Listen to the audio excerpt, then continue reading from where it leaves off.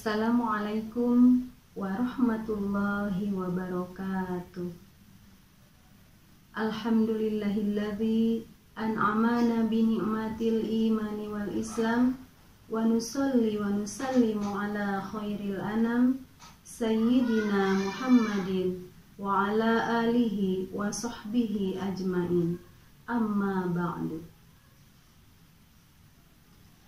A'udzu billahi minasy syaithanir rajim. Bismillahirrahmanirrahim. Tabarakalladzi biyadihil mulku wa huwa ala kulli syai'in qadir. Alladzi khalaqal mauta wal hayata liyabluwakum ayyukum ahsanu amala wa huwal azizul ghafur. Alladzi khalaqa sab'a samawatin tibaqa ma tara fi khalqir rahmani min tafawut farji'il basara hal tara min futur thumma irji'il basara karrataini yanqalib ilaikal basaru khasi'an wa huwa hasir. Walaqad zayyana as-samaa'a ad-dunya bimasabiha wa ja'alna rujuman lisyayatin wa a'tadna lahum 'adzabas sa'ir. Shadaqallahul 'adzim. Sahabat yang dirahmati Allah, puji dan syukur marilah kita panjatkan kehadirat ilahi Robbi yang mana telah memberi sebaik-baik nikmat, yaitu nikmat iman dan Islam. Salawat serta salam semoga selamanya akan selalu terlimpah curahkan kepada Nabi kita, Habibana wa Nabiyana Muhammad sallallahu alaihi wasallam, kepada keluarganya, para sahabatnya, para tabi'in-tabi'innya, sehingga sampailah kepada kita semua sebagai umatnya. Amin, amin, ya Allah, ya Rabbal Alamin.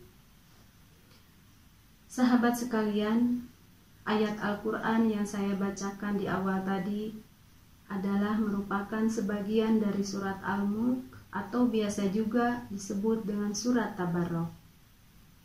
Surat Tabarok termasuk ke dalam surat Makkiyah yang terdiri dari 30 ayat. Yang mana dalam surat ini terkandung makna yang sangat dalam tentang kekuasaan Allah atas penciptaan langit dan bumi beserta seluruh isinya, termasuk kita semua sebagai umatnya, sebagai makhluk ciptaannya. Sesungguhnya Allah Maha Kuasa atas segalanya.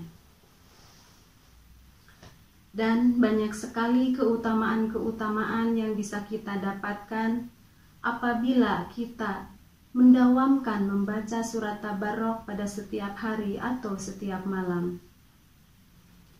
Di antaranya, keutamaan yang pertama adalah akan diampuni dari segala dosa. Dari Abu Hurairah, Rasulullah Shallallahu Alaihi Wasallam bersabda, ada satu surat dalam Al-Quran yang terdiri dari 30 ayat. Surat ini akan memberikan syafaat bagi temannya, yaitu orang yang membacanya, sehingga ia akan mendapatkan ampunan atas segala dosa-dosanya. Hadis riwayat Abu Dawud dan At-Tirmizi. Selanjutnya, keutamaan yang kedua, akan dihindarkan dari siksa kubur dan siksa neraka.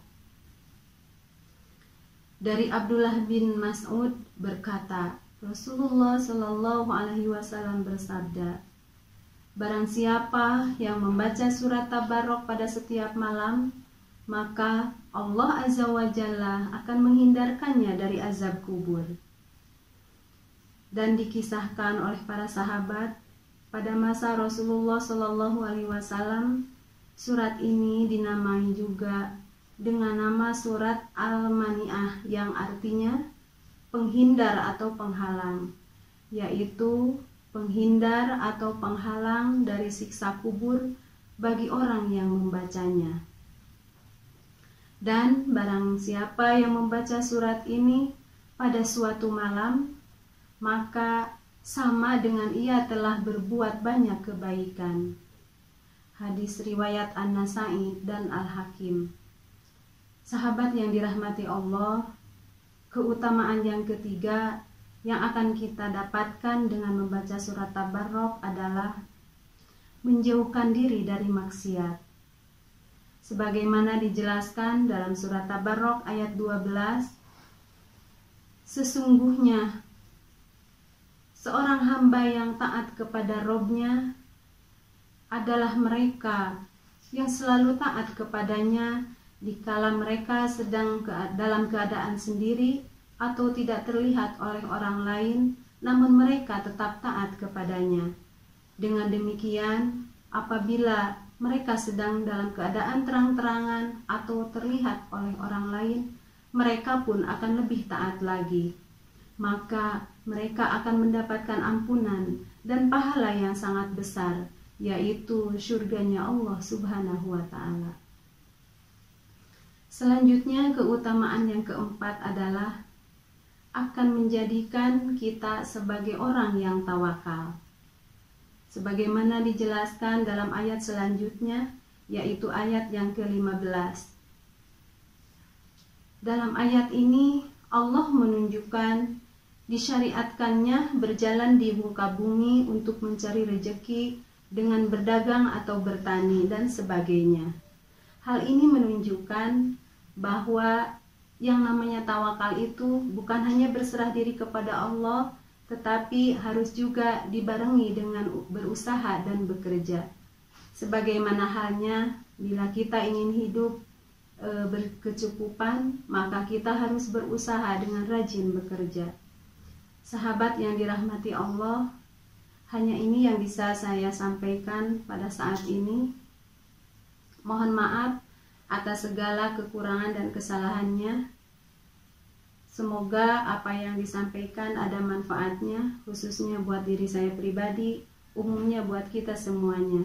Dan semoga kita semua termasuk ke dalam golongan orang-orang yang selalu istiqomah dalam membaca Al-Quran. Akhir kata, wabillahi taufiq wal hidayah wal barokah. Wassalamualaikum warahmatullahi wabarakatuh.